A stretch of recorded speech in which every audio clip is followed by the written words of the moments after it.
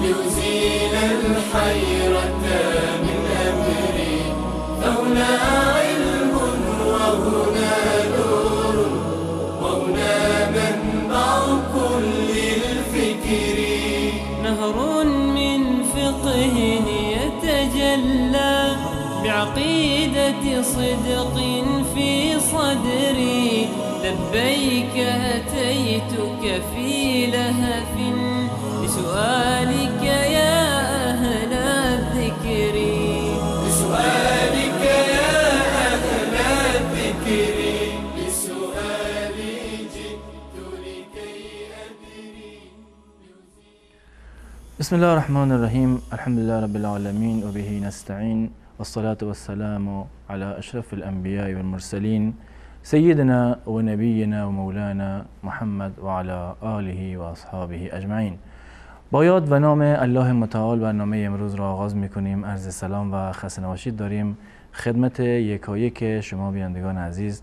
در خدمتتون هستیم با برنامه پرسش و پاسخ که کارشناس محترمی برنامه جناب مولانا عبدالقدوس دهقان مهمان هستند.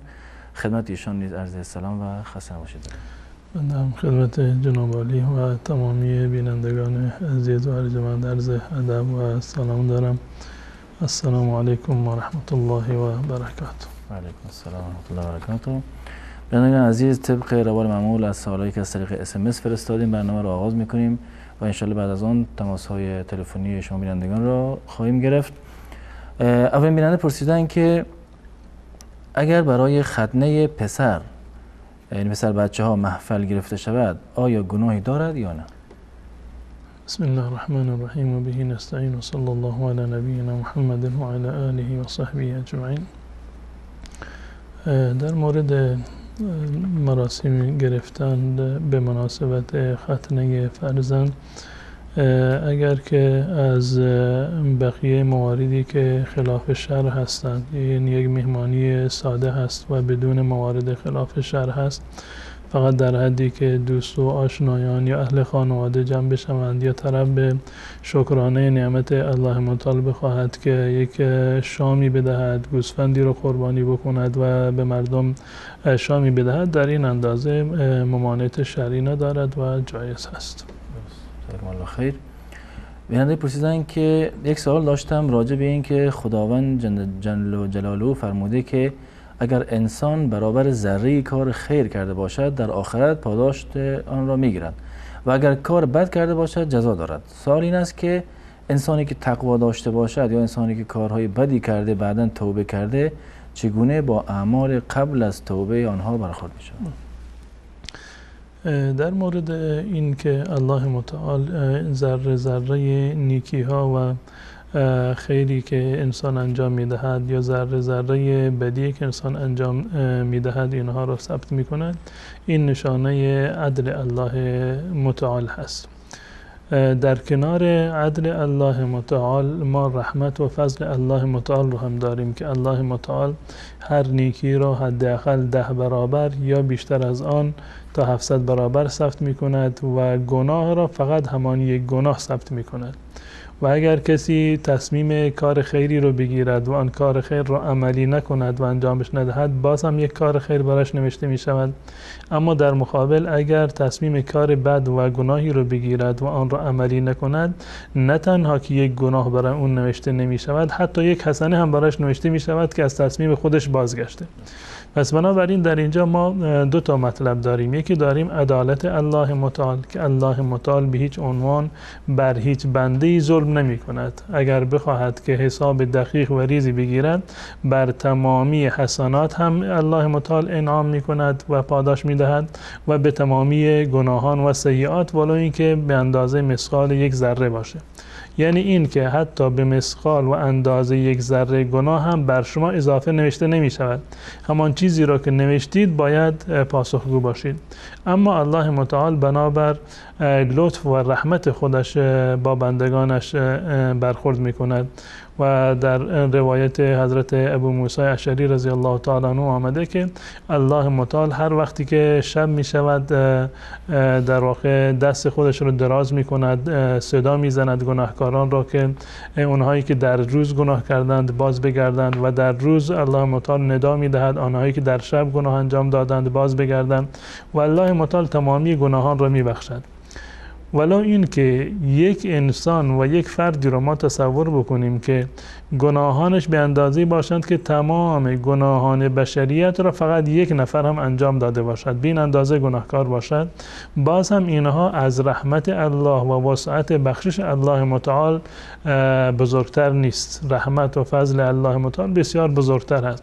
هر انسانی که صادقانه توبه بکند قطعا الله متعال توبهش را قبول میکند، ولو اینکه بزرگترین گناه ها را و بالاترین گناه را هم در دنیا و بیشترین گناه را انجام داده باشد. آن که الله متعال بنابر عدل خودش قضاوت میکند و بر انسانی ستم نمی کند و یک مثقال شر و بدی رو برای اون نمی نویسد، اون عدالت الله متعال هست. اما با این که انسان صادقانه و خالصانه توبه بکند، الله متعال تمامی گناهان انسان را میبخشد. و حتی در این زمینه روایت جالبی هست که در صحیح بخاری اومده وقتی که یک انسان یک گناهی رو انجام میدهد و بعد از گناه متوجه گناه خودش میشود و میگوید که پروردگار من گناهی رو انجام دادم، گناه من رو ببخش. الله متعال در ملأ اعلی و در پیش فرشتگان میفرماد که این بنده من گناهی رو انجام داده، منتها میداند که پروردگاری دارد و یکی از صفات پروردگار این است که برای گناه مؤاخذه میکند و گناه را در صورت توبه میبخشد و بدین خاطر طلب مغفرت کرده. من این بنده خودم را بخشیدم. برای بار دوم دوباره وقتی گناهی رو انجام میدهد باز میگه پروردگارا گناه کردم، گناهم را ببخش. باز هم الله متعال میبخشد. مرتبه سوم که گناهی رو انجام میدهد باز هم میگه پروردگارا نادانسته گناهی رو انجام دادم، گناه من را ببخش. یعنی هر مرتبه که گناهی رو انجام میدهد بلا فاصله بعد از آن دوباره توبه میکند، به محض این که بیادش بیاید که گناهی رو انجام داده توبه میکند. نهایتا الله متعال میفرماد که اعمل ما شئت قد غفرت لک، تا مادامی که تو بعد از گناهان یا بعد از اینکه متوجه شدی گناهی رو انجام دادی، تا مادامی که توبه میکنی من گناهان تو رو بخشیدم. پس بنابراین هیچ گناهی ولو اینکه بسیار بزرگ باشه، گناهایی که ذره گناه از اون به جای خودش حتی بزرگترین گناه ها هم از رحمت الله متعال و وسعت مغفرت الله متعال بزرگتر نیست. پس بنابراین همیشه باید امیدوار رحمت الله متعال باشیم و در کنار امیدواری همیشه انشاءالله ما طلب مغفرت بکنیم از الله متعال. مانند رسول الله صلی الله علیه و سلم و سیره عملی ایشان این بود که ایشان میفرمایند والله انی لا استغفر الله و اتوب الیه فی اليوم اکثر من 70 مره، که من در یک روز بیشتر از 70 مرتبه طلب مغفرت و آمرزش میکنم. ما هم به اتباع از رسول الله صلی الله علیه و سلم همیشه باید توبه بکنیم تا اینکه گناهی و زنگار معصیتی بر قلب ما باقی نماند.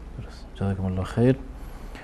بیننده پرسیدن که اگر شخصی بگوید زنم با 3 سنگ طلاق، من این کار را دیگه نمی کنم، اما بازم اون کار را انجام بدهد چی می شود؟ آیا طلاق واقع می شود یا این صورت مسئله در صورتی که انسان بخواهد که خودش را مجبور به انجام یک کار یا ترک انجام یک کاری بکند، یعنی هدف از این جمله که اگر من فلان کار را بکنم زنم طلاق باشه، اگر فلان کار را نکردم اینجور زنم طلاق باشه، این در واقع یک اهرم فشاری هست. یک فردی میخواهد برای جدی بودن خودش را ثابت بکند و تصمیم قطعی خودش را ثابت بکند که من در این تصمیم تا اندازه قطعی هستم که حاضر هستم که همسر خودم را هم در واقع طلاق بدم.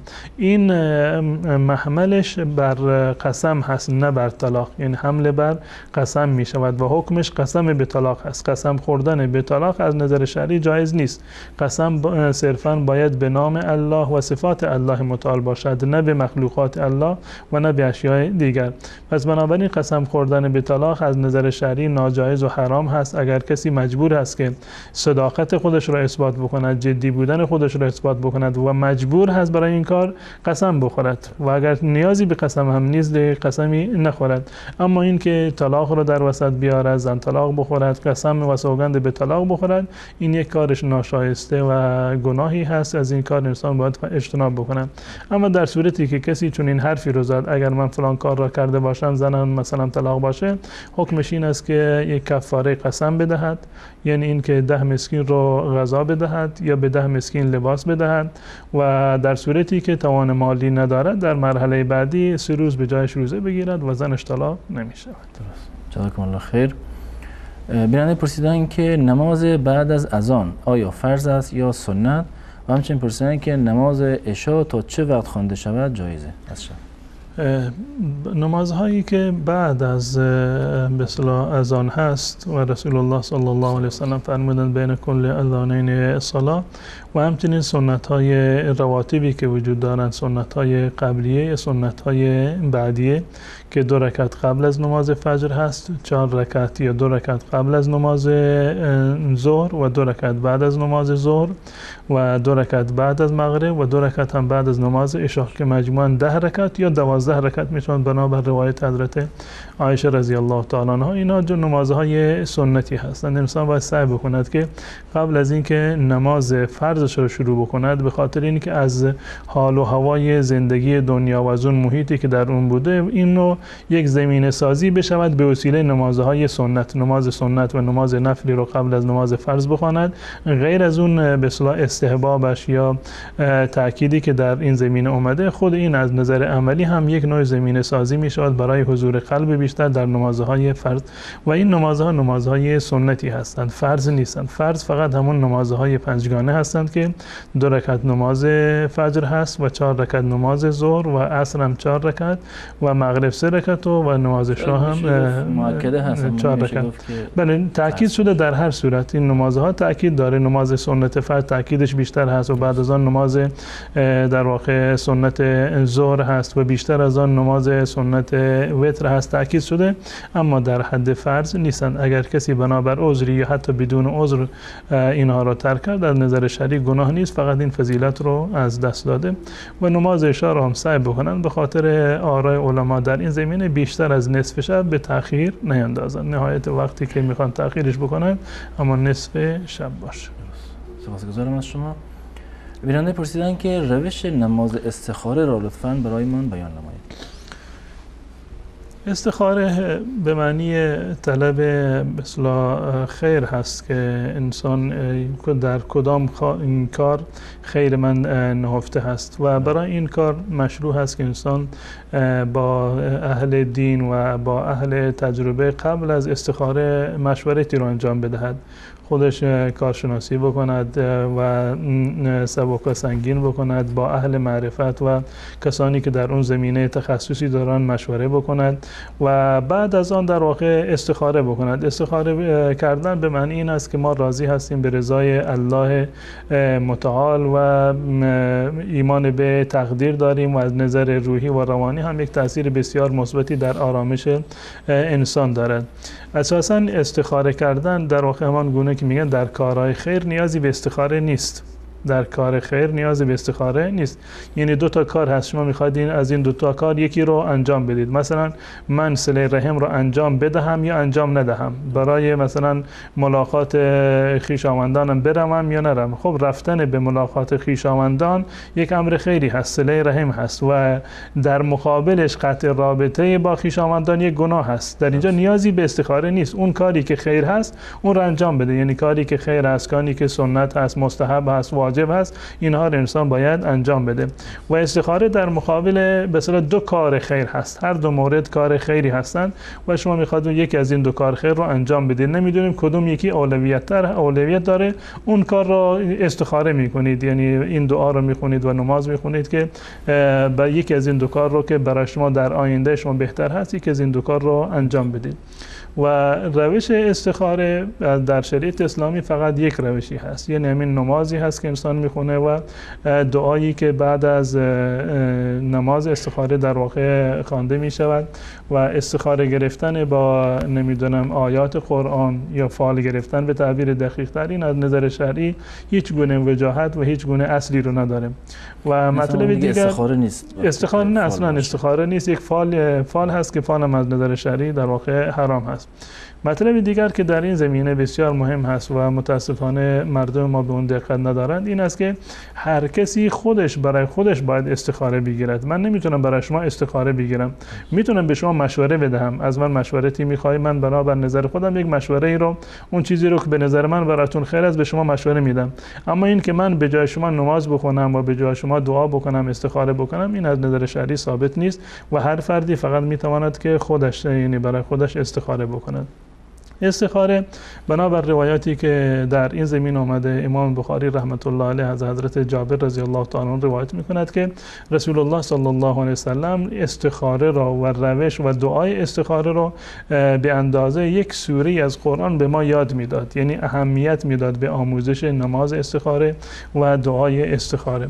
نماز استخاره همین نماز معمولی هست که من شما میخونیم، یعنی 2 رکعت نماز غیر از نماز فرض، یعنی 2 رکعت نماز عادی، همین که شما بلند میشید 2 رکعت میخونید به عنوان 2 رکعت سنت یا 2 رکعت نماز نفل که بعد از آن دعای استخاره بخونید، همین نیتش هست. یعنی نیازی نیست که حتما شما بر زبان بیاورید که من 2 رکعت نماز استخاره رو میخونم، همین که بلند بشوید وضو بگیرید و 2 رکعت نماز بخوانید با مطلق نیت، یعنی با نیت مطلق، نه نیت فرض داری نه نیت سنت نه نیت نفل، که 2 رکعت نماز میخونید و بعد از آن نیت شما این است که استخاره بکنید، این خودش نیت هست، نیازی به مشخص کردن نوع نماز در واقع نیست.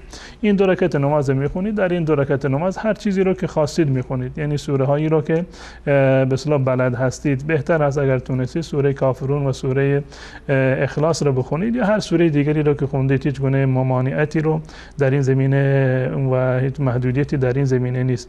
بعد از اینکه نماز رو تمام کردید، بعد از اینکه نماز تمام شد، دعای استخاره رو در واقع بخونند. این 2 رکعت هست و 2 رکعت غیر از نماز فرض هست، یعنی پشت سر نماز فرض میتونید دعا بکنید، اشکالی از نظر شرعی نداره، اما برای اینکه استخارهتون یک استخاره کاملی باشه، راهش این است که 2 رکعت نماز به اصطلاح غیر از نمازهای فرض باشه و بعد از اینکه نماز رو تمام شد و سلام دادید، این دعا رو بخونید. دعای استخاره هست که اللهم انی استخیرک بعلمک و استقدرك بقدرتك وأسألك من فضلك العظيم فإنك تقدر ولا أقدر وتعلم ولا أعلم وأنت علام الغيوب اللهم إن كنت تعلم أن هذا الأمر خير لي في ديني ومعاشي وعاقبة أمري عاجل أمري وآجله فقدره لی، پروردگار این خیر رو برای من مقدر بکن. معنی این به اصطلاح دعا این است که پروردگارا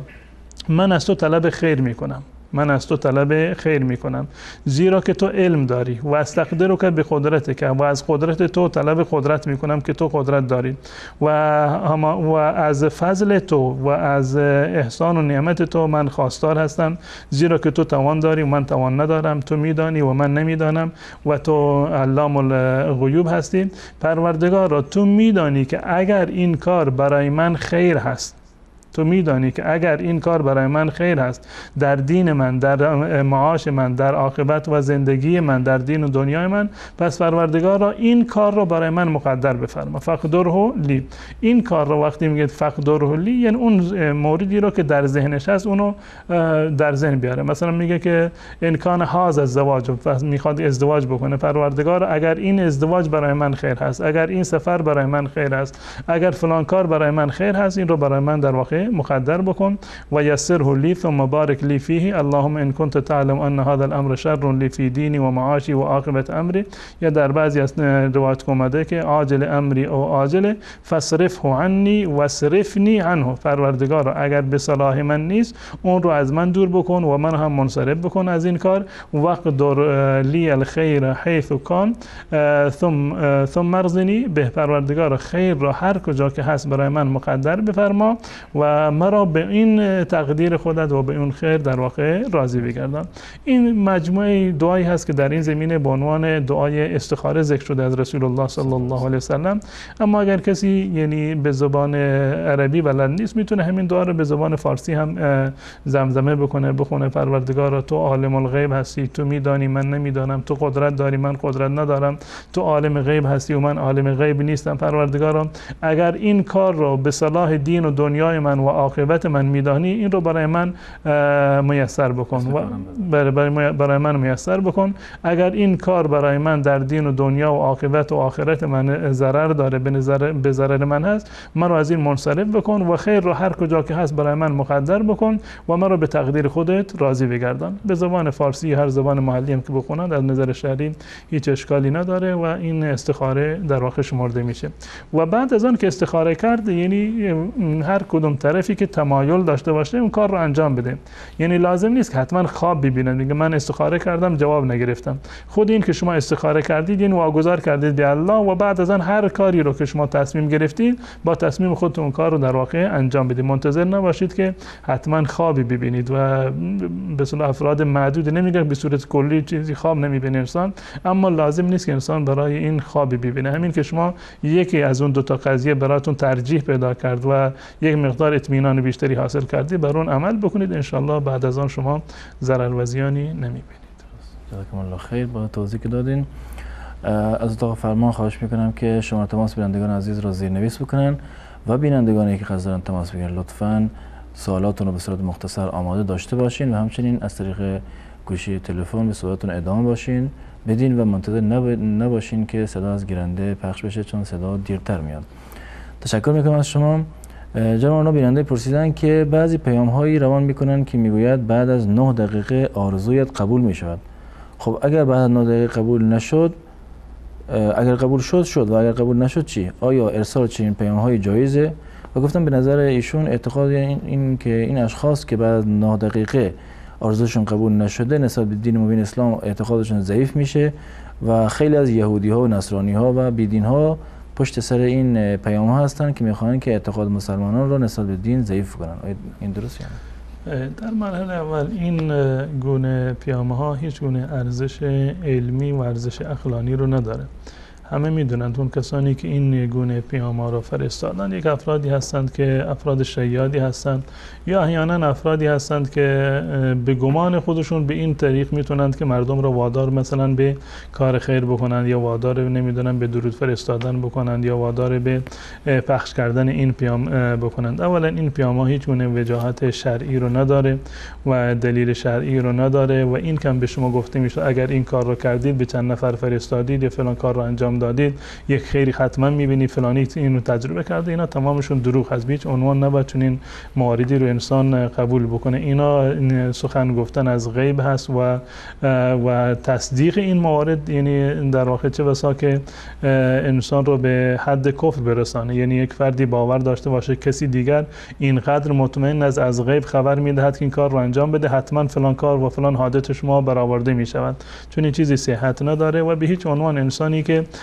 چرا باید از دین زده بشود وقتی که یک حرفی منبعش دین نیست، منبعش قرآن نیست، منبعش حدیث نیست، چرا باید از دین زده بشود؟ این یک سری مواردی هست که افراد سوجو یا افراد جاهل و نادان این گونه پیام ها را ترتیب میدند و پخش میکنند و به هیچ عنوان انسان مسلمان نباید چنین مواردی را باور بکند و نباید این گونه موارد را پخش بکند. چیزی که از آیات قرآن نیست، از احادیث رسول الله صلی الله علیه و سلم نیست، مژده‌ای که در اون داده شده از قرآن و حدیث ثابت نیست، شما نباید چنین چیزی رو پخش بکنید و اگر پخش کردید شما هم شریک جرم و شریک گناه هستید به عنوان پخش شایعات یا پخش مواردی که با عقیده اسلامی در واقع تضاد دارند.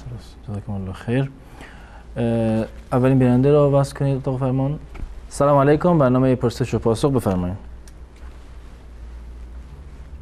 جناب استاد عزیز، بیننده گرامی تماس شما وصله، لطفاً صحبت کنید.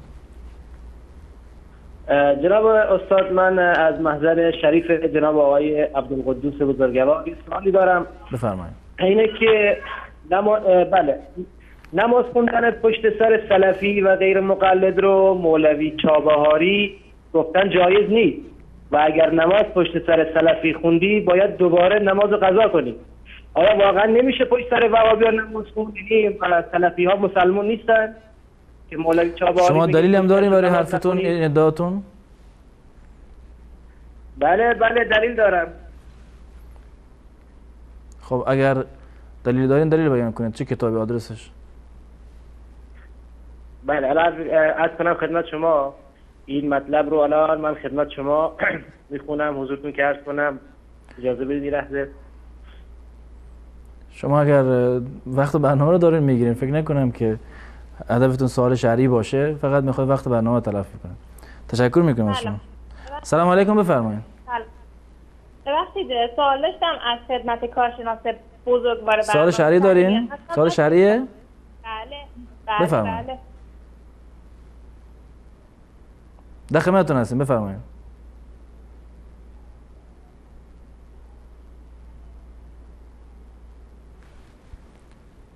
سلام علیکم، برنامه پرسش و پاسخ بفرمایید.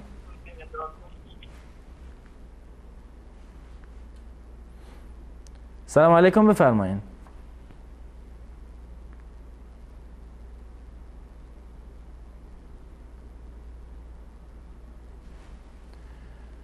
سلام علیکم، برنامه پرسش و پاسخ بفرمایید.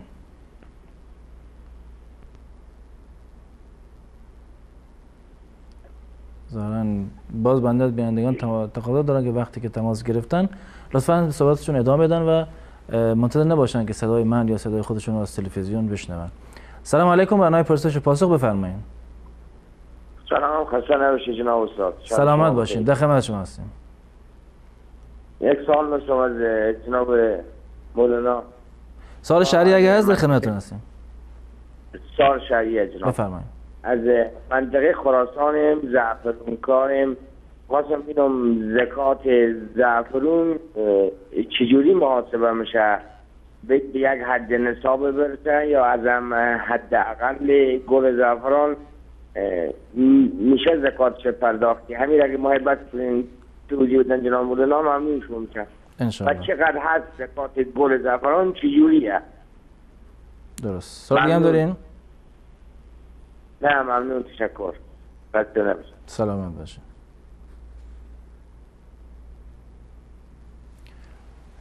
سلام علیکم، برنامه پرسش و پاسخ بفرمایید. سلام علیکم. علیکم السلام و رحمت الله. به سال حق. به سال حق و سوال شرعیتون لطفاً. دو تا سوال دارم. بفرمایید. سوال اولتون؟ این سال اول خودم شیعه هدایت شده. الحمدلله بفرمایید. خب بعد دو تا سوال دارم از آقای مولانا قدوسیان. یکی از سالا این شرک زمان رسول صلی الله علیه و سلم علی بزرگتره یا این زمان آخوندای رافضی؟ یکی از سالا.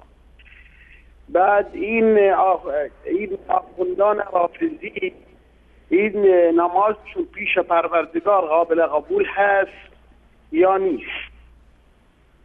دستتون در نکنه. سلامت باشه.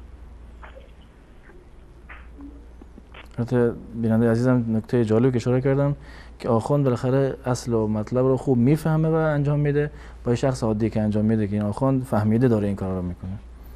که تشکر میکنیم از این سوالی که فرمودن. بیننده بعدی رو میگیریم. سلام علیکم، برنامه پرسش و پاسخ بفرمایید. سلام علیکم، خسته نباشید. سلامت باشین، در خدمت شما هستم. ببخشید یه سوال داشتم. اینجا در اروپا گوسفنده که خودشون روش خودشون با تیر میزنن، بعد اون اگه ما سری بکشیم حلال است یا نه؟ یعنی بعد ذبحشون بکنین سرشو ببرین؟ بله، اونا که با تیر میزنن بلافاصله ما سرشو ببریم. درست. سوالی هم چون داریم؟ اجازه نمیدن اول سرشو ببرن، چون میگن باید ما تیرمونو بزنیم. درست. و یکی این که بعد نماز اشراق اگه کسی بخواد مثلا صحبت کنه یا گشنه باشه غذای بخوره، میتونه نماز اشراقش درسته بخونه یا یعنی بعد از نماز صبح تا خواندن نماز اشراق، درسته؟ بله. اگه مثلا فرد گشنه بود یا غذا خورد یا با تو خانواده صحبت کرد، حرف زد. درست. تشکر میکنم از شما. جزاک الله خیر. جزاکم الله خیر. سلام علیکم. برنامه پرسش و پاسخ بفرمایید. سلام علیکم بفرمایید. علیکم السلام. یک سوال داشتم. همه 50,000 افغانی و 12.5 دلار یک ساله میتین، همه چی رقمی میشه؟ 50,000 افغانی رو باید به 12.5 دلار 12.5 دلار بله. 1250 یعنی بله. یک سال میدهند، یعنی مثلا حواله میخوای بکنید اینجوری منظورتونه؟ نه این 50,000 افغانی یک کسی احتیاج است میگیره، سال بعد میگه که 12.5 دلار میدیم عوضش. خب اول 50 دلار میگیره بعد 1250 میگیره؟ من نفهمیدم سوالتون. 50,000 افغانی درست. 50,000 افغانی میگیره؟ احتیاج میگیره، بدلش در طول یک سال آینده امور 12.5 دلار میتین. درست. سوال دیگه هم دارین؟ نه 50,000 افغانی. درست الان فهمیدم، الان سوال متوجه شدم. میتین یک نفر احتیاج است میگیره، بدل هم 50,000 افغانی میگه 12.5 دلار آینده میتین. آره سوالتون واضحه، ان شاء الله پاسخ دریافت میکنیم. تشکر میکنم از شما. سلام علیکم. برنامه پرسش و پاسخ بفرمایید. سلام علیکم و رحمت الله و برکاته. در خدمت شما هستیم. به شبکه وصال و سوال شریعتون لطفاً. من دو سوال داشتم خدمت استاد و جناب عالی. میخواستم ببینم، من در ایران تماس میگیرم. الو بفرمایید سوالتون. الو بفرمایید، از طریق گوشی تلفن به سوالتون ادامه بدین. درست. این یه برنامه تو ایران الان دارن اهدای عضو. این اهدای عضو میخواستم نظر استاد رو بدونم. درست. اهدای عضو؟ بله اهدای عضو هستش. به سال بعدیتون؟ ایران الان دارن سیستم. بعدش میخواستم اینم گوش روبا و گوش خرگوش جایز است؟ گوشت روبا و خرگوش برای خوردن. درست. سوال دیگه هم دارین؟ ممنون، دست شما درد نکنه. ممنون از برنامه خوبتون. خدا حفظتون. خدا نگهدارتون. تشکر از شما. سلام علیکم. برنامه پرسش و پاسخ بفرمایید.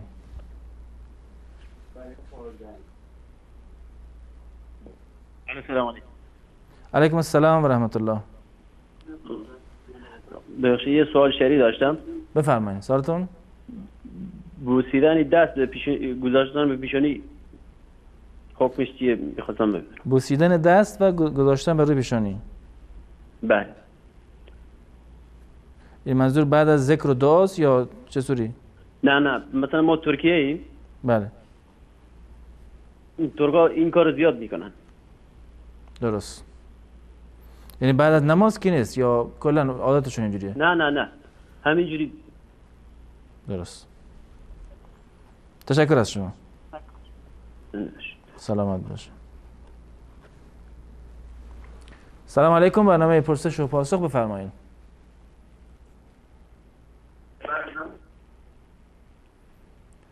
بیننده گرامی لطفاً از طریق تلفن ما صحبتتون رو ادامه بدین چون صدای شما وصله. سلام علیکم. علیکم السلام و رحمت الله. وقت بخیر. سلامت باشید. یک سوال که کسی که روزانی که دوشنبه و پنجشنبه روزانی که همیشه اگه یک روز به مثال واسه کار یا هوا گرمه اگر میخوره باز دو روز غذایی دیگه استفاده میکنه. میتونه چیکار کنه؟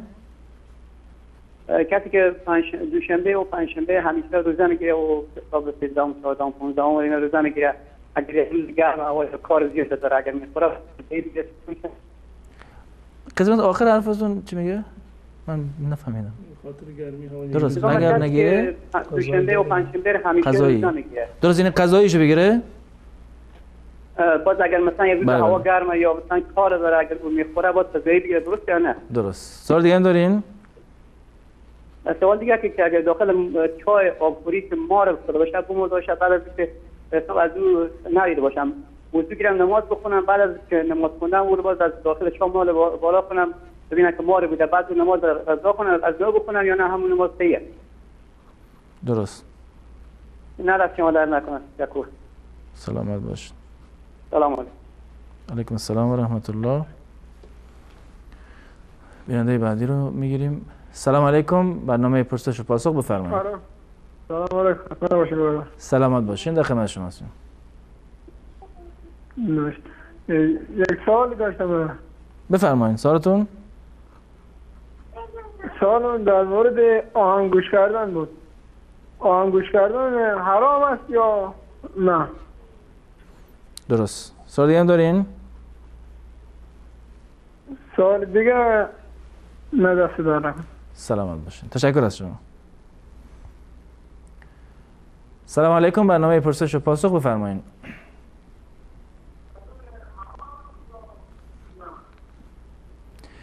بیننده گرامی صدای شما وصله، لطفاً از طریق گوشی تلفن صحبت کنید.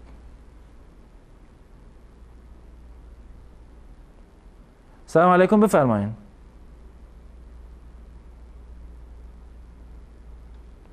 سلام علیکم، برنامه پرسش و پاسخ بفرمایید. سلام خسته. سلامت باشین، در خدمت شما هستیم. ببخشید من چند دقیقه پیش تماس گرفتم، دوباره مزاحم شدم. من مریضم، سرطان خون دارم. دکتر برام تریاک تجویز کرده. آیا مجاز است من ادامه بدم مصرف کنم یا نه؟ چون الان دکتر برام نامه نوشته تجویز کرده. درست. سوال دیگه هم دارین؟ نه ممنون میشم. دست شما در سلامت باشین. انشالله پاسخ رو دریافت میکنیم. خدا نگهدارتون. سلام علیکم، برنامه پرسش و پاسخ بفرمایید.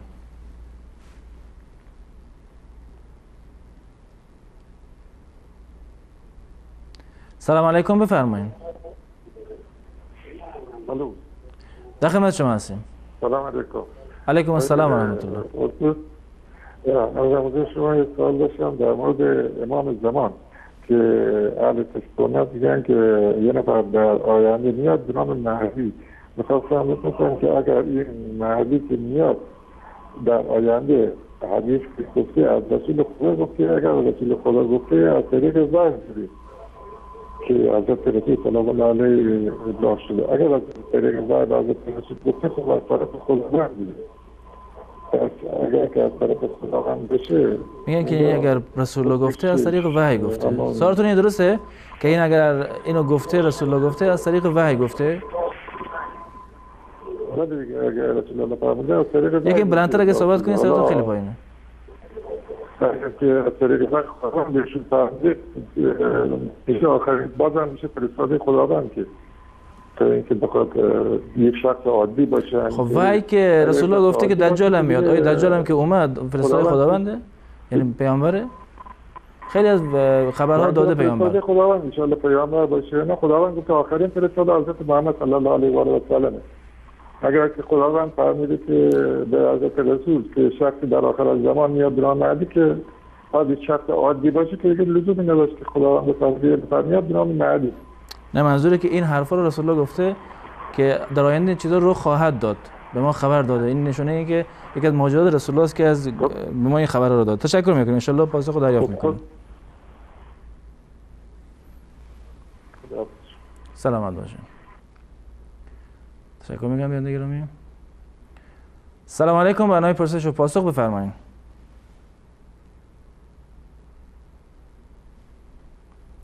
سلام علیکم بفرمایید.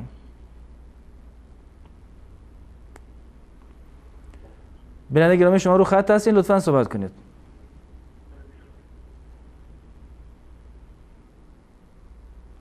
سلام علیکم بفرمایید. بفرمایید، در خدمت شما هستیم. سوال دارم. سلامت باشین، بفرمایید. سال اولتون؟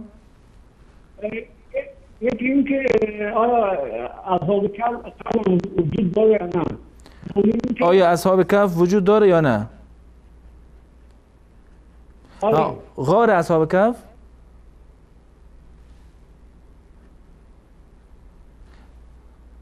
بیننده گرامی با ما هستین؟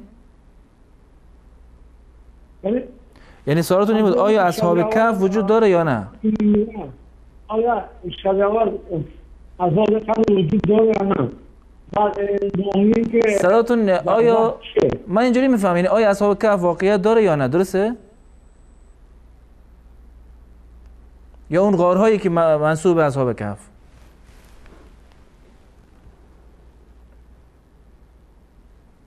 انشالله در این مورد توضیح میدیم اگرچه که صداتون واضح هم نبود. اگر تونستین وقت بود انشالله دوباره تماس بگیرین و انشالله صداتون واضح تر باشه. سلام علیکم، برنامه پرسش و پاسخ بفرمایید. سلام، خسته نباشین. سلامت باشین، در خدمت شما هستیم. الو، قربان، خوب هستی؟ سلام. ببخشید میگم بوسیدن اعضای زن سوال دیگه هم دارین؟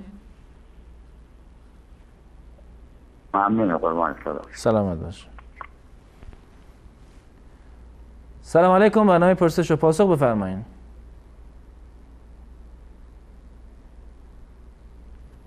سلام علیکم، بفرمایید. الو، سلام علیکم. علیکم السلام و رحمت الله.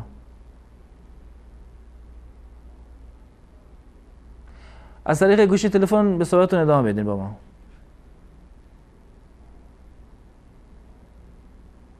من باید بینندگان خواهش میکنم که منتظر نباشن صداشون از تلویزیون پخش بشه که باعث تأخیر در برنامه و همچنین گرفتن وقت برنامه میشه. سلام علیکم، برنامه پرسش و پاسخ بفرمایید. الو، در خدمت شما هستیم. الو، بفرمایید. آقای سوال داشتم. بفرمایید سوالتون. بله، بفرمایید سوال شما وصل سوال شهریتون لطفاً. در مورد خوردن این غذاهایی که میگن در برای 40 امام حسین خوردن جایزه؟ سوال دیگه هم دارین؟ نه، همین. سلامت باشین، انشالله پاسخ رو دریافت میکنید.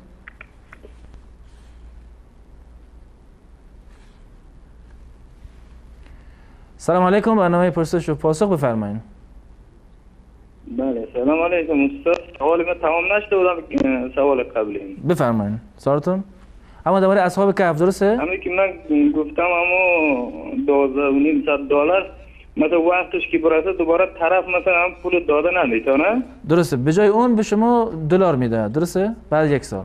باز $12,500 که مثلا میادش پر شد، مثلا دوباره میگه که من همه رو پول افغانی میشکنم، مثلا 85,000 میشه. بله. فکر کنین 35,000 شو میگه میتیم، پس 50,000 دیگه شد، دوباره به 1 سال دیگه باز $12,500 دیگه همه رو میخواد که باز دوباره بشکنه. چی رقم میشه؟ درست، یعنی 35,000 اول میده، بعد $50,000 رو میذاره برای 1 سال دیگه. بله ها، یعنی اول که این 50,000 گرفته به $12,500 1 ساله.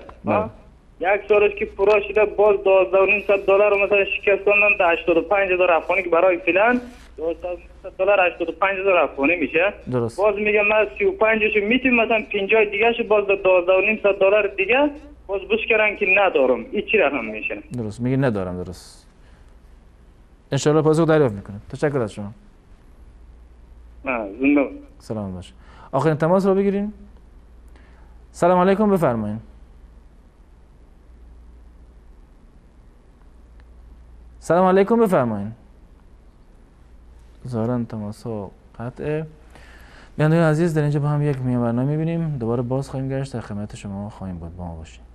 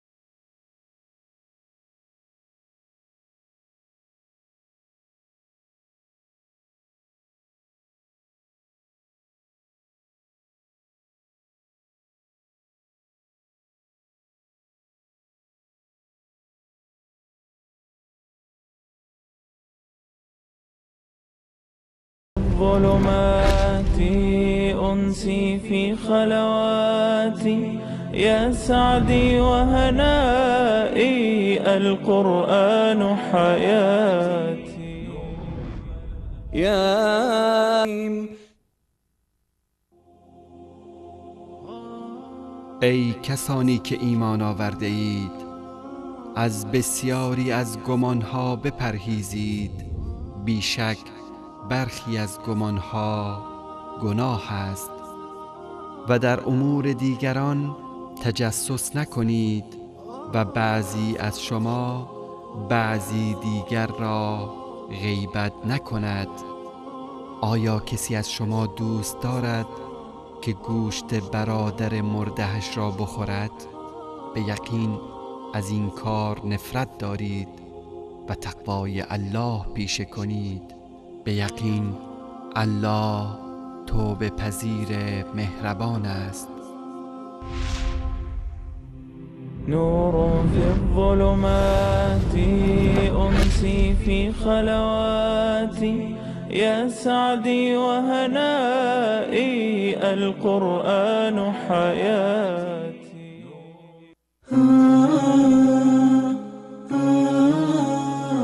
أيها الإخوة الكرام، وإن مما بدأ ينتشر اليوم في زماننا خلق من الأخلاق السيئة.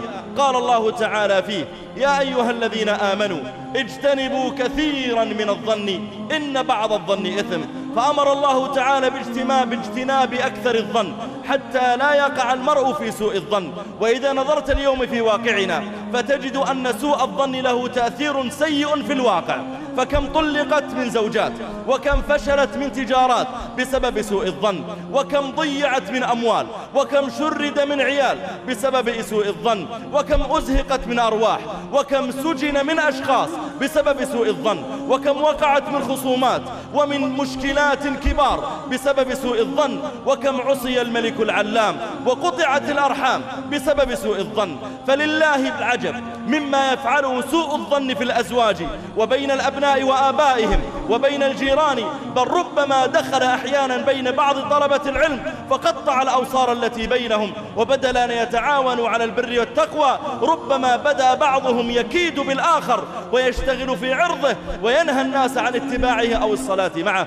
لذلك كان النبي صلى الله عليه وسلم يحذر من الظن عموما، ويقول عليه الصلاة والسلام: إياكم والظن، يعني إياك أن تظن شيئا ثم تتخذ قرارا في حياتك بناء على هذا الظن. قال: إياكم والظن فإن الظن أكذب الحديث. ثم قال عليه الصلاة والسلام: ولا تحاسدوا ولا تناجشوا ولا تحسسوا ولا تجسسوا ولا تدابروا ولا تقاطعوا وكونوا عباد الله إخوانا. رواه الإمام أحمد والبخاري في الأدب المفرد.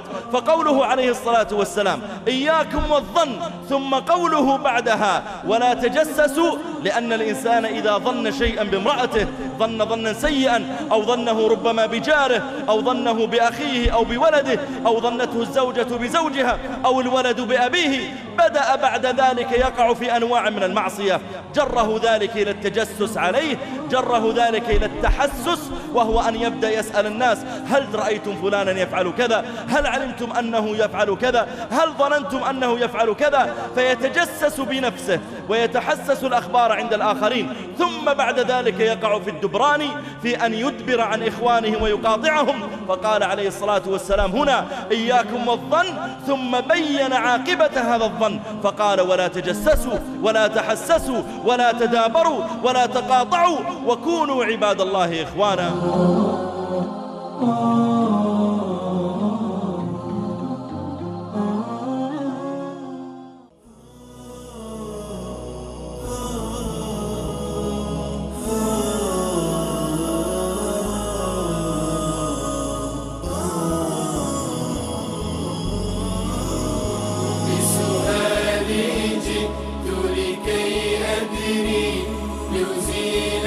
الحيرة من أمري فهنا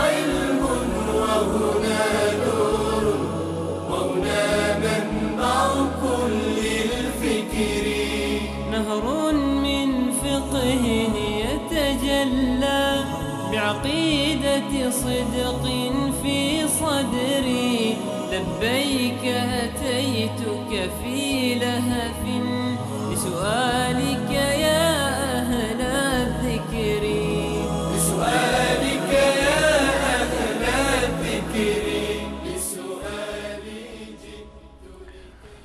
عرض سلام و خسته نباشید مجدد دارم خدمت شما بینندگان عزیز. جناب مولانا بیننده پرسیدن که نماز پشت سر سلفی و غیر مقلد آیا جایز است یا نه؟ البته به روش خودشون پرسیدن. الحمدلله امروزه مردم بیدار هستند و کسانی که این گونه مسائل رو مطرح میکنن و میخواهند که در میان اهل سنت و جماعت تفریق ایجاد بکنن، شبکه هایشون در این زمینه فعالند و در فضای مجازی فعالیت خیلی زیادی رو دارند، فقط به خاطر این که اهل سنت و جماعت رو در واقع از همدیگر بدبین بکنند و ایجاد اختلاف بکنند. همه ما میدانیم که چون کسانی که مقلد هستند یا کسانی که مقلد نیستند پیرو قرآن و سنت رسول الله صلی الله علیه و سلم هستند و اهل سنت و جماعت دقیقاً اینو میدونند که هم مذهب مالکی و مذهب شافعی، مذهب امام احمد و مذهب امام ابو حنیفه رحمت الله علیه، تمام این موارد جز مواردی هستند که مستند به قرآن و احادیث رسول الله صلی الله علیه و سلم هست و عمل بر هر کدام از این مذاهب چهارگانه اهل سنت و جماعت از نظر شرعی جایزه و هیچ گونه اشکالی نداره. هر کسی بر هر مذهبی عمل بکند کارش از نظر شرعی درسته و هیچ گونه مخالفتی با قرآن و حدیث در واقع ندارند و هم مقلدین بر این مذاهب در پیرو قرآن و سنت هستند و هم کسانی که ادعا میکنند که مقلد نیستند یا به عنوان سلفی مطرح هستند اونها هم پیرو قرآن و حدیث هستند. هیچ گونه اختلافی در میان مذاهب اهل سنت و مثل عموم اهل سنت و جماعت در وجوب اتباع از قرآن و حدیث تفاوتی در این زمینه وجود ندارد. اگر کسی به عنوان سلفی هست به این معنی نیست که از چهار مذهب اهل سنت و جماعت خارج است، بلکه پیرو خود همین چهار مذهب اهل سنت و جماعت است. اگر نمازش اندکی تفاوت داره با نماز احناف در یک منطقه، خب مشابه با نماز شوافع هست، رفع یدین میکند، آمین بالجهر میکند یا موارد دیگر فاتحه رو میخواند، طبق مذهب امام شافعی رحمت الله علیه است و به اتفاق تمام اهل سنت و جماعت کسی که بر طبق هر کدام از این مذاهب نماز بخواند نمازش یک نماز صحیح است و اشکال شرعی در این زمینه وجود ندارد. اما کسانی که میخوان این گونه موارد رو تیتر بکنند و عنوان بکنند در فضای مجازی و در شبکه‌های خودشون اینها رو بزرگ کردند و میخواند که مردم رو دو دسته بکنند، الحمدلله مردم ما امروزه آگاه هستند و میدونند که هم سلفی و هم حنفی، هم کسی که مقلد یکی از مذاهب است یا کسی که خود را مقلد نمیداند، تمام اهل سنت و جماعت هستند. جزاکم الله خیر. من یاد یک خاطره افتادم، بخور دوستان نمیدونم بگم یا نه. در یه جایی وقتی ایران بودیم، در یک جایی بودیم که حتی برادران هر تشیع هم بودن، موقع نماز چون که مرجع تقلیدشان با هم فرق میکرد، خیلی ها از کسانی که مرجع تقلیدشون شیرازی بود، چون که امام خود شیعه از سیستانی فکر کنم مرجع تقلیدش بود، می اومد پشت سر ما اهل سنت نماز میخوند، جماعت اهل سنت اقدام میکرد، میگه من شما رو قبول دارم ولی کسی که مرجع تقلید سیستانی قبول ندارم. یعنی در مسائل فقهی، در مسائل فقهی از نظر شرعی انسان آزاد هست. هر کسی رو که میداند که فلان مذهب نمیدونم فلان عالم قولش معتبرتر هست، دلیلش قوی‌تر هست، به اتفاق یعنی میتواند از آن اتباع بکند در مسائل فرعی و مسائل اجتهادی و هیچ گونه گناهی هم در این زمینه وجود ندارد و اساساً این به معنی اختلاف شمرده نمیشود. این اختلاف تنوع هست، اختلاف تضاد نیست، بحث جایز و ناجایز یا بحث حق و باطل نیست، بحث اولا و عدم اولا هست، هیچ گونه اشکالی نداره و تمام مذاهب اهل سنت و جماعت منبع اصلیشون همان قرآن و احادیث رسول الله صلی الله علیه و سلم هست. درست. جزاکم الله خیر. دوستی که گفتن از مهتدین هم هستند، یعنی قبلا شیعه بودن و الان به اهل سنت هدایت شدن و از خداوند میخوایم که در راه حق پایدار قرارشون بده، گفتن که آیا شرکی که در زمان رسول الله صلی الله علیه و سلم و علی رضی الله عنه وجود داشته بزرگتر بوده یا شرکی که در زمان آخوندها وجود داره؟ از چند جهت شرکی رو که متاسفانه برخی به نام اسلام رو ایجاد کردن در دین اسلام، از شرکی که در زمان جاهلیت بوده از چند جهت در واقع متفاوت هست. بنابر تصریح آیات متعددی از قرآن کریم، مشرکان مکه زمانی که در حالت آسایش بودند، در راحتی بودند، در خشکی بودند، دچار شرک می شدند. اما زمانی که دچار بلا و مصیبت می شدند یا در دریا گرفتار می شدند، در اونجا تمام بت‌ها و معبودان باطل خودشون رو فراموش کردند. این معبودان باطل در واقع تنها بت نبودند، یا خود بت مراد نبوده، بلکه اولیا و پیامبران و تندیسی بوده از نیاکان و اولیاء الله که گذشته بودند. در واقع اونا رو همه رو فراموش می‌کردند و فقط الله متعال رو صدا می‌زدند.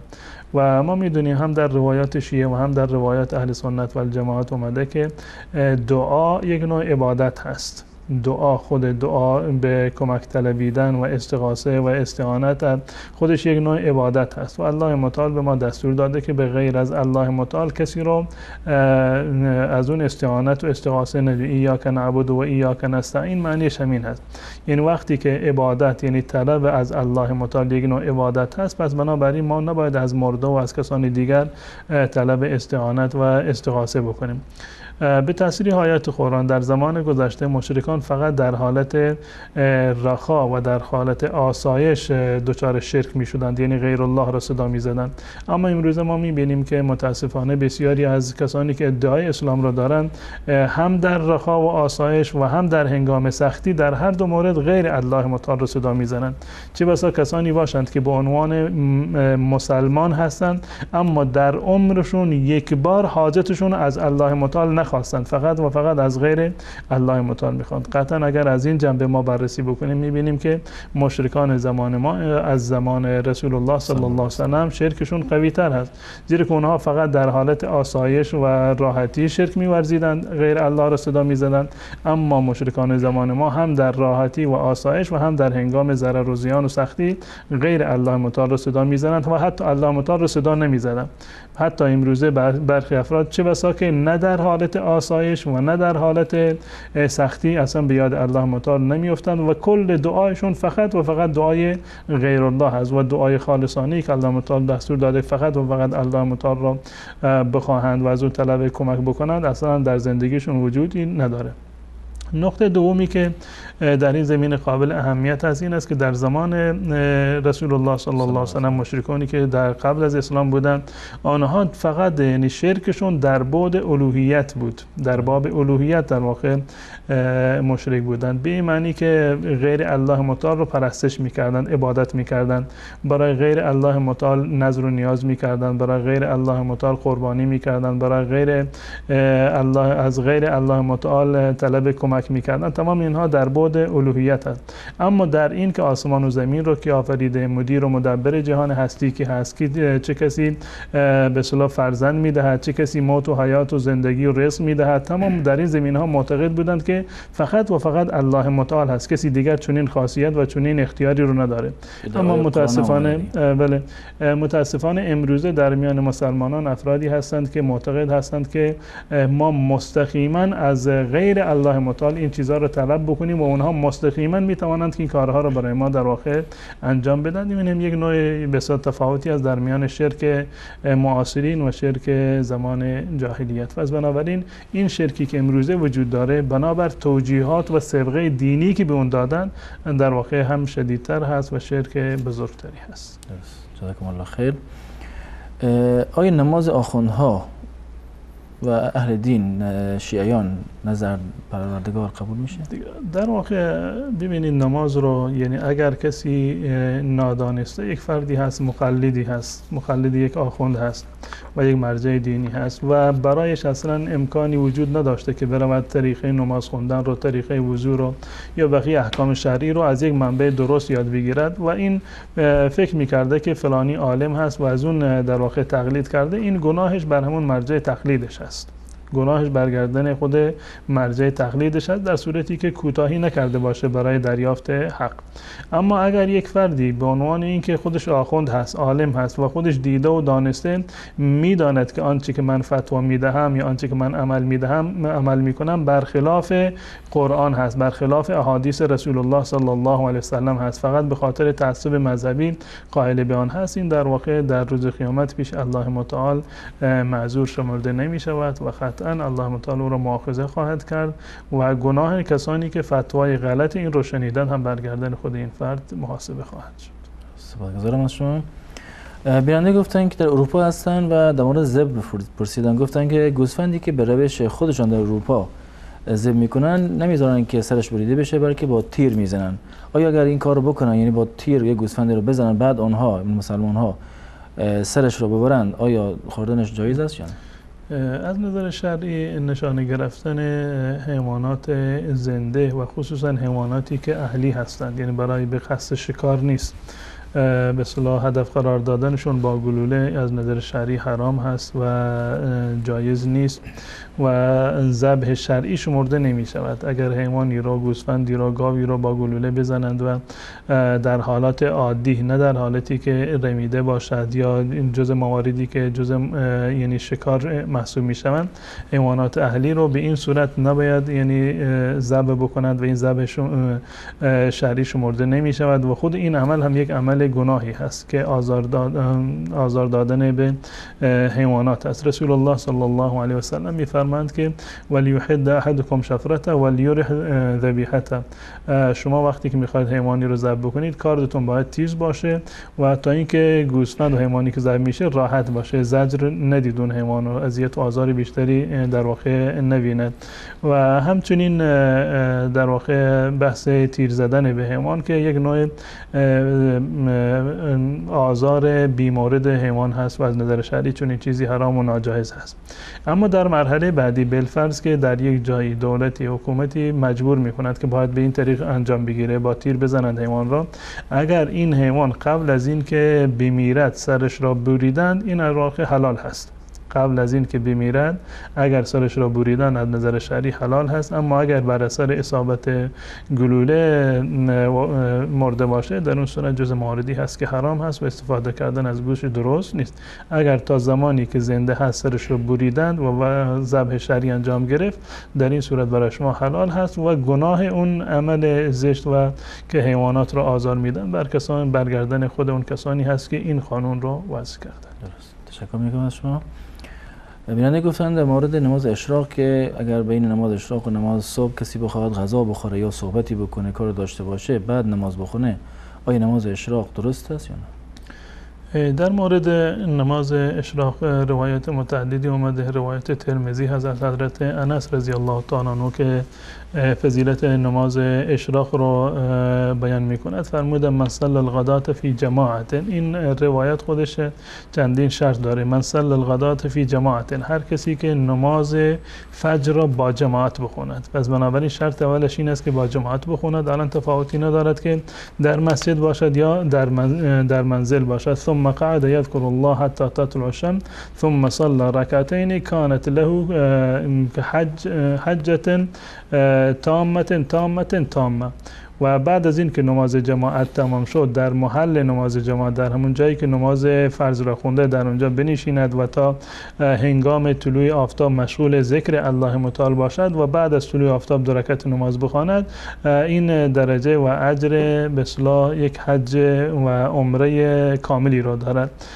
این روایت هم به اصطلاح شواهد متعددی رو داره که دلالت بر و این روایت رو در حد حسن یا صحیح در واقع میرساند. اما در این روایت قید شده که هر کسی که نماز را با جماعت بخواند و بعد از نماز تا اشراق بنشیند و الله متعال را ذکر بکند، مشغول عبادت باشد، اگر این گونه انجام داد، این در واقع جز مواردی هست که این فضیلت رو و این ثواب بزرگ رو ان شاء الله حاصل میکند. اما اگر بعد از نماز مشغول صحبت دنیایی شد یا مشغول یک کار به اصطلاح غیر از کار عبادتی شد، اون در واقع جزء موارد این روایت شمرده نمی شود. انسان باید سعی بکند همان گونه که در روایت اومده نماز را با جماعت بخواند و بعد از نماز جماعت تا طلوع آفتاب بنشیند و مشغول ذکر الله متعال باشد. حالا این ذکر هر چی که باشد، هم چه آیات قرآن، تلاوت قرآن کریم باشد، یا این که ذکر و اوراد باشد، یا به اصطلاح یک بحث علمی باشد که اونم در واقع جزء ذکر شمرده می شود. اما این که مشغول صحبت های دنیوی بشود، مشغول کارهای دیگری بشود، در این صورت این فضیلت رو حاصل نمی کند. جزاکم الله خیر. بیننده سوال کردن در مورد قرض دادن، قرض گرفتن، که گفتن که به دلار پولی به مقدار 1250 دلار از کسی گرفته که قرار شد بعد یک سال مبلغ افغانی بون بدن به عنوان 885,000 افغانی، که بعد از یک سال وقتی که خواست بگیره طرف نتونست کامل بده، فقط 35,000 داده و اون شخص هم بهش گفته که اشکال نداره یک سال دیگه بهش مهلت میدن، اما باید بعد از یک سال دوباره 85,000 افغانی به او بدهد، یعنی 35,000 رو گرفته و دوباره باید بده. در اینجا دو تا مطلب وجود داره. یکی مطلب صرف هست در اینجا که یعنی یک نقدی رو پول یک کشور هست به یک کشور دیگر اینو در واقع تبدیل کردن. این از نظر شرعی یک سری ضوابطی رو داره. این باید دست به دست باشه، این باید دست به دست و نقدی صورت بگیره. یعنی این که شما مثلا 50,000 افغانی رو میدید، از اون طرف 1200 مثلا دلار آمریکایی میگیرید، این معامله صرف هست. اما شرطش این است که شما باید نقدن اینو در حضورتون باید این رد و بدل باشه، دو طرف باید یک پول رو بدن و اون پول دیگر رو باید دریافت بکنن. اما این که من امروز به شما 50,000 افغانی میدم، شما بعد از 6 ماه به من 1200 دلار بدید، این از نظر شرعی درست نیست. این خودش صرف هست و صرفی که از شرایطش این است که حتما باید دست به دست و نقدی صورت بگیره و نصیحتاً جایز نیست. این یک مورد. مورد دوم این که به صورت قرض باشه، به صورت قرض باشه. امروز به طور مثال 50,000 افغانی قیمتش هست مثلا 1200 دلار، بالفرض این گونه باشه که 50,000 افغانی اگر بخوان صرفش بکنند این معادل 1200 یا 1300 دلار آمریکایی هست. یک فردی به شما قرض میده، من به شما قرض دادم 50,000 افغانی و این 50,000 افغانی رو یا مثلا پول مثلا ایران باشه چیزی یا کشورهای دیگری که پولشون ثبات نداره و ارزشش بالا و پایین میشه، امروز که من این پول رو در اختیار شما قرار دادم مثل اینه که مثلا 1200 دلار به شما داده باشم. بعد از 6 ماه اگر شما بخواهید که این 50,000 رو به من برگردانید، قیمتش یا مثلا ارزش خریدش می شود 800 دلار. در این زمینه من آمدم به شما یک خیری رو انجام بدم، احسانی بکنم، اما در مقابل من ضرر دیدم. شما اگر به اختیار خودتون نه اینکه من شرط قرار داده باشم، شما اگر به اختیار خودتون بعد از 6 ماه بعد از یک سال اگر بخواید پول منو باز بگردانید، به جای 50,000 افغانی یا 50,000 تاجیکی یا هر چیزی که باشه مثلا 1200 دلار به من بدهید، این از نظر شرعی اشکالی نداره. به عنوان یک احسان از طرف شما که من احسانی کردم به شما که مشکل شما حل شد، به شما 50,000 افغانی دادم، شما در وقتی که این پول رو به من باز میگردانید یک پول دیگه میدید به ارزش همون 50,000 که از من گرفتید، که در این زمینه من ضرر نکنم. من به شما احسانی کردم، شما در مقابل احسان کردید. این از نظر شرعی اشکال نداره، البته در صورتی که مشروط نباشه. این گونه نباشه که من به شما بگم من الان به شما 50,000 افغانی میدم به شرط این که بعد از یک سال 1200 یا 1300 دلار به من بدید. اگر این باشه همون صورت قبلی هست که از نظر شرعی این درست نیست و جایز نیست. اما این که قرار بوده که شما بعد از یک سال به من 1200 دلار بدید، الان 1200 دلار در واقع اگر بخوایم محاسبه بکنیم به طور مثال الان ایشون گفتند که 85,000 افغانی میشه، مثلا 35,000 رو بدیم دوباره 50,000 رو باقی بمانه و دوباره بگیم که خب الان این 35,000 رو که دادید دوباره 1200 دلار دیگر رو بعد از یک سال دیگه به من بده. این دقیقاً همون ربایی هست که در زمان جاهلیت بوده و به معنی ربای به اصطلاح نسیه شمرده میشه و صورتش این بوده که من به شما قرض میدادم، سر سال اومده وقت به اصطلاح پاسپرداخت قرض هست، شما میگه من ندارم، من میگم یا پول منو دوباره الان به من بده وگرنه من اضافهش میکنم. این به اصطلاح قرض به اصطلاح ربای نسیه هست و این 100% حرام قطعی و 100% هست و جز مفاهیم و جز یکی از گونه های ربا هست که به هیچ عنوان در واقع جایز نیست و حرام هست. از چنین به اصطلاح معامله انسان باید پرهیز بکنه. جزاکم الله خیر. بیرنده گفتن که دو تا سوال پرسیدن. سوال اولشون گفتن که اهدای عضو اعضای بدن از نظر شرعی چه حکمی داره؟ اهدای عضو، اگر این عضو یک عضوی هست که در واقع حیات انسان به اون بستگی داره یا یکی از حواس پنجگانه به صورت کلی مختل بشه، در صورت اهدا دادن این عضو از نظر شرعی جایز نیست. یعنی اگر کسی مثلا بخواد قلب خودش رو به یک کسی دیگر بدهد، به این معنی که خودش رو خودکشی بکنه، خودش بمیرد یکی دیگر زنده بشه، این از نظر شرعی درست نیست و حرام هست. اما یک فردی میخواد که کلیهش رو به کسی دیگر هدیه بکند، بحث فروختن یک بحث کاملا جداگانه است. فروختن اعضای انسان جایز نیست و این یک نوع بی‌حرمتی به انسان هست. فروختن اعضا از نظر شرعی جایز نیست، اما هدیه دادنش یک عضوی را که حیاتی بر آن مترتب نمیشه، با یک کلی میشه و انسان زندگی خودش رو ادامه بدهد، این از نظر شرعی اشکالی ندارد و جایز هست. اما مواردی رو که زندگی انسان رو در خطر میاندازند یا به معنی حیات بر اون یا یک عضوی از یک حاسی از یعنی حواس انسان به اون بستگی داره، اون رو هدیه دادنش از نظر شرعی جایز نیست. هدیه دادن قلب یا هدیه دادن هر دو چشم، طرف خودش کور باشه کسی دیگری بینا باشه، این از نظر شرعی درست نیست. اما هدیه دادن عضوی که به اصطلاح کل اون حاسه رو از بین نمیبرد یا حیات رو کلا از بین نمیبرد، در این صورت اگر فردی خواست فقط میتواند هدیه بدهد، اما این که بفروشد از نظر شرعی جایز نیست. این یک مطلب. مطلب دوم این که به اصطلاح هدیه دادن اعضای میت، اولا کسی که اگر مرده باشد، بعد از این که مرده باشد، نه این که هنوز که در حالت احتضار هست مثلا قلبش را یا عضو دیگری را از اون بیرون بکشند که این خودش سبب مرگش بشود، این از نظر شرعی حرام و ناجایز است. اگر یک فردی وصیت کرده باشه که بعد از من مثلا کلیه من رو به کسی هدیه بدید، از نظر شرعی اشکال نداره، جایز هست، خودش وصیت کرده باشه. اما این که ورثه‌اش بخوان بعد از این که یک فردی فوت کرد عضو بدن اون را به کسی دیگر هدیه بدهند یا بفروشند، هر دو موردش ناجایز هست، زیرا که بدن میت ملک کسی دیگر نیست، مال ورثه نیست، نمیتوانند آن را ببخشند و نمیتوانند که آن را بفروشند مگر در صورتی خودش وصیت کرده باشه که عرض کردم که بحث کاملا در واقع جداگانه هست. پس بنابراین اهدای عضو میت فقط در صورتی جایز هست که خود میت اون رو در واقع وصیت کرده باشه، بدون وصیت جایز نیست هدیه دادنش و همچنین فروختنش هم به هیچ عنوان جایز نیست و ورثه چنین اختیاری رو در واقع ندارد. تشکر میکنم از شما.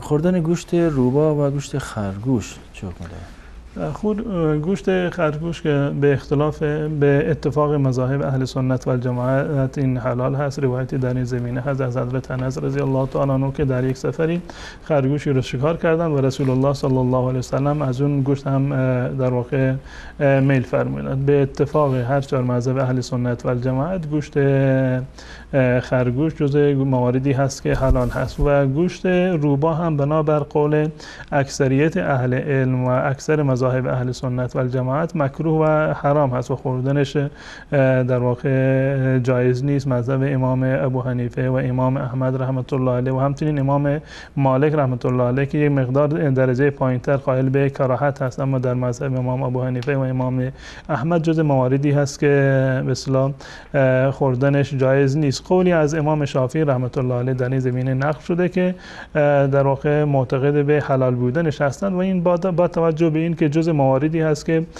در هنگام حج اگر یک محرم یعنی به اصطلاح روباهی را بکشد فدیه شرعی دارد. بر این مبنا اومدن و گفتند که حتما حلال هست که پس بنابراین چون که فدیه داره جز مواردی هست که به اصطلاح حرام به اصطلاح حلال باشه. و در این زمینه یعنی روایتی هست از رسول الله صلی الله علیه و سلم می‌فرمایند کل ذی ناب من السباع فاکله حرام، هر حیوانی که به اصطلاح ذیناب باشه یعنی چنگال داشته باشه و شکاری باشه و یعنی دندان داشته باشه جز به اصطلاح موارد سبا مانند دندانی که درنده باشه، مانند دندانهایی که مخصوص گوشت یعنی خار هستند، گفتند که این جزء مواردی هست که حرام هستند، خوردنشون در واقع از نظر شرعی جایز نیست. و نظر بنده هم در این زمینه است، چون که روباه جزء ذی انیاب هست و خودش یک نوع شکارچی هست و دندانش دندان به اصطلاح درنده هست، از نظر شرعی این روایت صدق میکنه بر اون و خوردن گوشت از نظر شرعی حلال نیست و حداقلش احتیاط در موارد این گونه مواردی که جزء موارد اختلافی هست احتیاط هم در نخوردنش هست. اما اگر کسی مقلد مذهب امام ابو حنیفه امام شافعی رحمت الله علیه هست و اون خودش بر مبنای مذهب خودش عمل کرد، باز هم از نظر شرعی یک وجاهتی رو داره و میتواند که بر مذهب خودش هم عمل بکند. سپاسگزارم از شما. بوسیدن و گذاشتن دست بر روی پیشانی از لحاظ شرعی چه می‌دونن؟ این نه جزء آداب نماز هست و نه جزء آداب ذکر و دعا هست. این که دست رو ببوسند یا شست رو ببوسند بر روی چشم بگذارند یا بر روی سر بگذارند، این بعضی از آداب و رسومی هست که بیشتر در میان اهل تصوف این رواج داره و هیچ گونه وجهه شرعی و عمل شرعی نیست و عمل کردن به این یا این رو ثواب دانستن، این جزء آداب دعا دانستن، جزء آداب نماز دانستن از نظر شرعی جزء بدعت ها هست و عمل کردن بر این مورد جایز نیست. درست. جزاکم الله خیر. بیننده پرسیدن که کسی که همیشه روزهای دوشنبه و پنجشنبه روزه میگیره، روزهای ایام بیض روزه میگیره، اگر یه وقتی به خاطر گرما یا به خاطر مشکلی نتوانست بگیره، آیا میتونه قضای آن رو به جا بیاره؟ قضا آوردنش لازم نیست، زیرا که اصلش جزء به اصطلاح سنت هست و سنت جزء مواردی هست که اگر کسی ترکش کرد قضایی بر اون لازم نیست. اگر خودش خواست قضا بیاره، ممانعت شرعی هم وجود ندارد. ممانعت شرعی وجود ندارد. میخواسته که در هر ماه مثلا 30 روز روزه بگیرد، الان 2 روز روزه گرفته، یک روز دیگری رو غیر از ایام بیض مثلا روزه بگیرد، اشکال شرعی ندارد برای اینکه 3 روز رو کامل بکند که به اصطلاح 3 روز هر روزی در مقابل 10 روز شمرده بشود که اون اگر چه فضیلت ایام بیض رو نداره، منتها از هر ماه 3 روز رو مثلا روزه گرفته، این اشکال شرعی و ممانعتی رو نداره. اما این که لازم باشه که حتما باید قضا بیاره، این از نظر شرعی مثلا لازم نیست. و در روایت اومده اگر کسی یک عبادتی رو انجام میداد، نمازی روزه‌ای رو همیشه در حالت حضر انجام میداد و وقتی که در سفر رفت نمیتواند این کار رو انجام بدهد یا بنابر عذر دیگر یا بنابر بیماری مثلا این کار رو نتونست انجام بده، قبلا دوشنبه پنجشنبه روزه میگرفت، این هفته مثلا مریض شد نمیتونست روزه بگیرد یا به سفری رفت نتونست روزه بگیرد، در چنین موارد ثواب این عمل و ثواب این روزه کاملا به اون میرسد، ولی اینکه روزه نگرفته. اما چون که میداند اگر صحیح و سالم بود و اگر در شهر خودش بود، اگر این عذر پیش نمی آمد حتما روزه میگرفت، الله متعال ثواب این رو هم به اون میدهد و نیازی به قضا آوردن چنین روزه‌ای نیست. جزاکم الله خیر. بیانه گفتن که اگر داخل چاه آبخوری مار افتاده باشه و کسی نفهمه با اون آب وضو گرفته بشه و نماز خوانده بشه و بعد بفهمن که مار است و مار رو بیرون بیاورن، آیا نماز و وضو درست بوده یا نه؟ اگر حیوانی که در به اصطلاح چاهی افتاده باشه بعدا متوجه شده باشند، اون رو بیرون آورده باشند که در حالت زنده باشه، هیچ گونه اشکالی نداره، یعنی هیچ نوع کراهتی هم در این زمینه وجود نداره. اما اگر یک حیوانی در آب به اصطلاح افتاده باشه و کسی هم نداره، این گزینه دوم هست، حیوانی در آب افتاده و مرده باشه و کسی متوجه نشده که حیوانی در چاه افتاده و از اون چاه به اصطلاح از آبش استفاده کردن برای وضو و طهارت، برای شستن لباس، لازم نیست که بعداً که متوجه شدید حتما نماز خودتون رو قضا بیاورید یا اون لباس ها رو دوباره بشورید، این از نظر شرعی لازم نیست. در صورتی آب نجس می شود که یعنی اوصاف سگانه آب تغییر بکنند. اگر گنجشکی، ماری، چیزی یا موشی مثلا در این مثلا در چاهی افتاد و طعم آب تغییر نکرد، رنگ آب تغییر نکرد، بوی آب تغییر نکرد، این نجس نیست و میتوانید که از اون در واقع استفاده بکنید. و در صورتی که یکی از این 3 مورد رو یعنی تغییر کرده باشه، حکمش این است که آب رو بکشن تا زمانی که در واقع دوباره آب به حالت عادی بگرده و این آثار این حیوانی که در آب افتاده از بین برود. اما این که روزهای قبل که در لباس خودشون رو شستند یا وضو طهارت از این آب گرفتن، از نظر شرعی لازم نیست که دوباره اون رو اعاده بکنن. نماز و به اصطلاح یا طهارتی حاصل کردن در روزهای گذشته که نمیدونستن از نظر شرعی درست است و اعادهشون و قضایشون لازم نیست. جزاکم الله خیر. گوش دادن به موسیقی چه حکمی داره؟ از نظر شرعی و قول جمهور اهل سنت و الجماعت و هر چهار مذهب اهل سنت و الجماعت این است که موسیقی و گوش کردن آهنگ جز مواردی هست که حرام هست و در این زمینه روایتی هست در صحیح بخاری که امام بخاری رحمت الله علیه به صورت تعلیقی رو آورده در کتاب خودش که در آخر الزمان یک قومی خواهند آمد که یستحلون الحر والحریر والمعازف که در این زمینه رسول الله صلی الله علیه و سلم این رو در کنار زنا و در کنار پوشیدن ابریشم قرار داده که پوشیدن ابریشم برای مردان حرام هست و همچنین زنا حرام هست و معازف را که ابزار موسیقی هست این رو هم رسول الله صلی الله علیه و در کنار این دو تا گناه قرار دادن که در آخر الزمان گروهی خواهند آمد که این موارد را جز موارد به اصطلاح حلال میدونند. پس بنابراین این مورد از نظر شرعی حرام هست و انسان تا جایی که برایش ممکن هست باید سعی بکنه که از شنیدن آهنگ و موسیقی پرهیز بکنه. درست. جزاکم الله خیر. بیننده گفتن که سرطان خون دارن و دکتر بهشون تریاک تجویز کرده است. آیا جایزه استفادهشون؟ در چنین موارد اگر که واقعا این دکتری و پزشکی که بوده پزشک مسلمان هست یعنی اطلاع داره از حرمت تریاک و مواد نشء آور و بنابر ضرورت قصوای این رو تجویز کرده یعنی میداند که این دارو مثلا داروی نمونه دیگری یا معادل دیگری نداره جایگزینی رو نداره در این صورت در نظر شرعی اشکالی نداره میتونه استفاده بکنه بدین معنی که گناهی برگردنش نیست اما در مرحله اول باید مطمئن باشه که این تجویز یک تجویز درستی هست و اون پزشکی که این تجویز رو به اصطلاح کرده یک پزشک ماهر و مسلمانی باشه و در مرحله سوم این دارو یعنی دارویی که در اون مثلا تریاک و مورفین وجود داره گزینه دیگری یا جایگزین دیگری نداشته باشه آن هم به اندازه ضرورت در این صورت از نظر شرعی مجاز هست وگرنه جزء محرمات هست. جزاکم الله خیر. بیان پرسیدن گفتن که در کتاب‌های اهل سنت آمده است که پیامبر فرمودند در آخر زمان شخصی میآید به عنوان به اسم مهدی و گفتن که پیامبر هم از طریق وحی صحبت می‌کند و این نشون می‌دهد که این مهدی فرستاده خداوند است.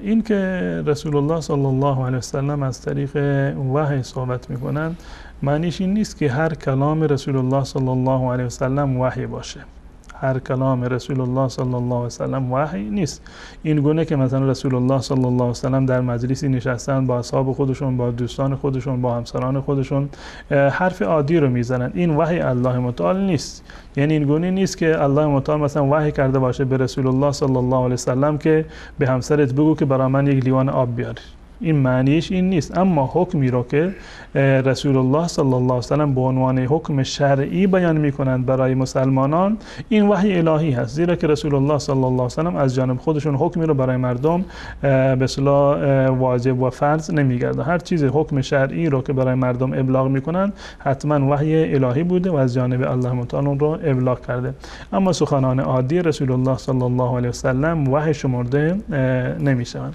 و این که رسول الله صلی الله علیه و سلم فرمودند که در آخر الزمان چنین شخصی میاد این جزء پیشینگویی های رسول الله صلی الله علیه و سلم است و جزء مژده هایی هست که رسول الله صلی الله علیه و سلم برای نصرت اسلام در واقع دادند که در آخر الزمان به گونه‌ای خواهد بود که این دین در واقع دین اسلام یک دین کاملی خواهد بود که به اصطلاح مردم پایبند دین اسلام خواهند بود یعنی درجه پایبندی در آخر الزمان بعد از به اصطلاح ظهور مهدی به اصطلاح به بالاترین درجهش میرسد و همچنین در روایت اومده که در رزق و روزی مردم الله متعال در اون زمان برکت میدهد این به عنوان یک مصلح است به عنوان یک پیامبر نیست بر مهدی آخر الزمان که اسمش هست محمد ابن عبدالله هم نام رسول الله و نام پدرش هم نام پدر رسول الله صلی الله علیه و سلم هست و از اولاد حضرت حسن مجتبی هست فرزند حضرت علی رضی الله تعالی عنهم این به عنوان یک مصلح است نه به عنوان یک نبی پیامبر نیست دین جدیدی رو نداره و از جانب الله متعال بر اون وحی نمی شود، بلکه یک مصلحی هست مانند تمام مصلحان و تمام مجددانی که در طول تاریخ ظهور کردند. در طول تاریخ مجددین زیادی بودند، در هر قرنی و در هر زمانی و در هر منطقه انسانهای نیکوکاری بودند، علمای درستکاری بودند که با دعوت خودشون، با جهاد خودشون، با تبیین و تبلیغ خودشون تونستند که سطح دیانت مردم را بالا ببرند و بدعات و خرافات را از بین ببرند. و مهدی هم یکی از این به اصطلاح مصلحانی هست که در آخر الزمان متولد می شود و ظهور می کند و الله متعال به اون توفیق می دهد که عدل و داد را در دنیا همگانی بکند و کفر و شرک را و خرافات و بدعات را از بین ببرد و به هیچ عنوان به عنوان پیامبر الهی که بر اون وحی بشود یا ویژگی های یک نبی را داشته باشد به این اندازه نیست. الله خیر. بیانده پرسیدن که بوسیدن اعضای زن آیا درسته یا نه؟ برای زن و شوهر در دایره زندگی زناشویی هیچ گونه محدودیتی وجود نداره به جز دو مورد که همبستری از راه عقب هست و همبستری در هنگام عادت ماهیانه هست. این دو مورد از نظر شرعی استثناء شدن، جز موارد حرام هستند و جایز نیست. بقیه موارد هر چیزی که به نظر شما برسد و با کرامت انسانی تضاد نداشته باشد از نظر شرعی هیچ گونه به اصطلاح حرمتی رو نداره و کاملا جایز هست. مرد میتونه که تمام بدن زنش را ببوسد، لمس بکند و همچنین زن در مقابل میتواند تمام بدن مرد را بدون استثناء لمس بکند یا ببوسد. هیچ گونه ممنوعیتی در این زمینه وجود ندارد و اصل بر اباحت و جواز هست. و عرض کردم که در دایره زندگی زناشویی فقط 2 تا خط قرمز و 2 تا ممنوعه داریم که همون همبستری در عادت ماهیانه و همبستری از راه عقب هست. غیر از این موارد دیگر از نظر شرعی بر اصل اباحت قرار دارد. اگر زن از نظر احترام به خاطر احترام دست شوهر ببوسه هیچ گونه اشکالی نداره. بوسیدن دست زن و شوهر دست رو اگر به خاطر به اصطلاح شهوت هم که باشه هیچ گونه اشکالی نداره، به خاطر یک نوع احترام باشه باز هم هیچ گونه اشکال و ممانعتی از نظر شرعی ندارد. آخرین تماسی که بیان پرسیدن گفتن که خوردن غذایی که روزهای 40 توزیع میشه چه میکنه؟ غذاهایی که در هنگام 40 هست این احیا یک نوع بدعتی هست و هیچ گونه وجاهت شرعی رو نداره و احتمال این که بسیاری از اینها نظر برای غیر الله باشه، یعنی تقرب به امام حسین باشه، بسیار زیاد هست و معمولا عامه مردم هم فکر کنم که نظر و عقیدهشون همین باشه که یک نوع تقربی باشه که به امام حسین، نه اینکه یک نوع ثوابی رو کسب کنند از الله متعال. و در صورتی که تقرب برای امام حسین باشه یا اصل حیوانی رو که ذبح کردن برای امام حسین ذبح کردن، در حرمتش هیچ گونه شک و شبهه‌ای وجود نداره. پس بنابراین انسان تا جایی که براش ممکن هست بعد از خوردن غذاهای مشکوک و این گونه باید پرهیز بکنه. تشکر میکنم از شما، خسته نباشین. وقت برنامه تموم شد و از بینندگان تشکر میکنیم که تا این لحظه با ما بودن و تا یک دیدار دیگه همه شما را به الله متعال میسپاریم. السلام علیکم و رحمت الله و برکاته.